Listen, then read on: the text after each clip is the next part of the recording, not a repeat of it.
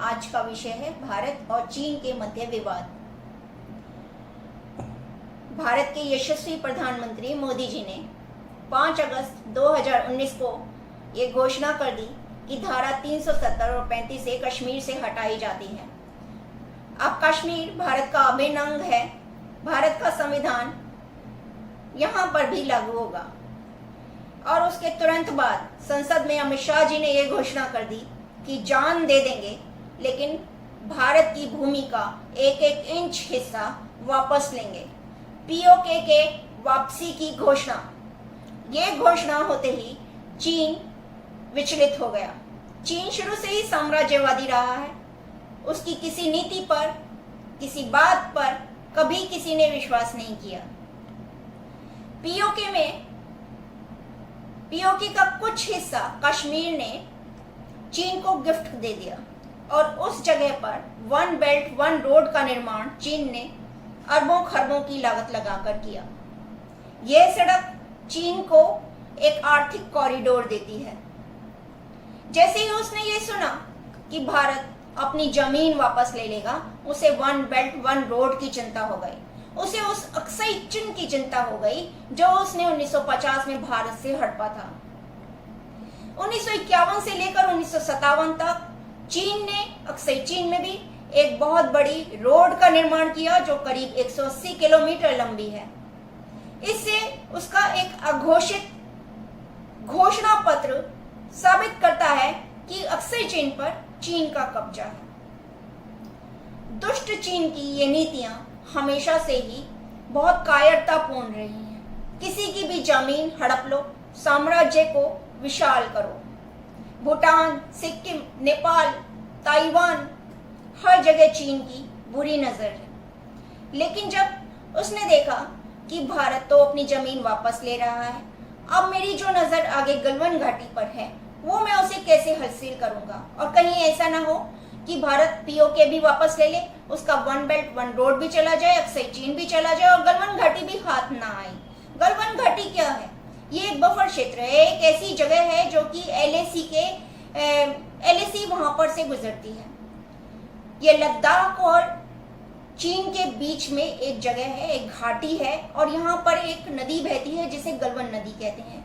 गलवान नदी पर हमारे देश की सरकार एक पुल का निर्माण कर रही है जो कि सेना की चौकी तक रसद और हथियार पहुंचाने के लिए उस क्षेत्र की छोटा कर देगा। यानी कि जो दूरी हम 8 घंटे में तय करते थे वही दूरी अब आधे घंटे में तय हो जाएगी। चीन ने नया बखेड़ा खड़ा कर दिया। चीन बोला, भारत इस क्षेत्र में कोई निर्माण कार्य नहीं कर सकता, ये नियमों के विरुद्ध है। अगर चीन ने एलएसी के दूसरी तरफ 180 किलोमीटर सड़क का निर्माण किया तो क्या वह गलत नहीं था? वह नियमों के विरुद्ध नहीं था? अगर हम एलएसी के दूसरी तरफ किसी सड़क का निर्माण करते हैं तो वह नियमों के विरुद्ध कैसे चला जाता है?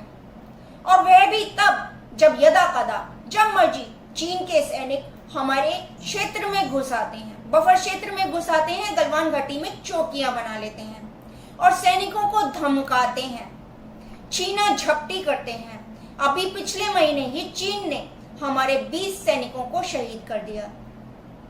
ये दूसरी बात है कि उन 20 सैनिकों ने 300 की टुकड़ी का मुकाबला किया चीन की और उन्हें खदेड़ दिया, मारकर भगा दिया। ये खुद एक चीन के लिए चेतावनी है कि भारत के 20 सैनिक शहीद होते हुए थे, उसके 300 सैनिकों पर भारी पड़ गए। ये एक चेतावनी चीन हमेशा याद रखे, वो भूले नहीं।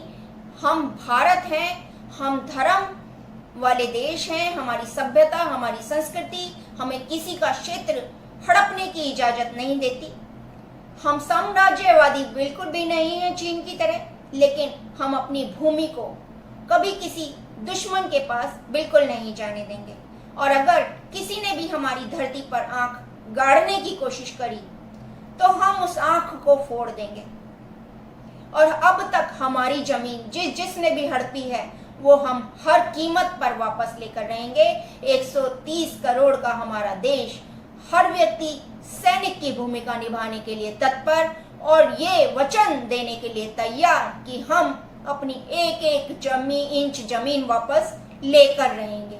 यही चीन को विचलित कर रहा है, यही चीन को हमारे खिलाफ बगावत करने को उकसा रहा है।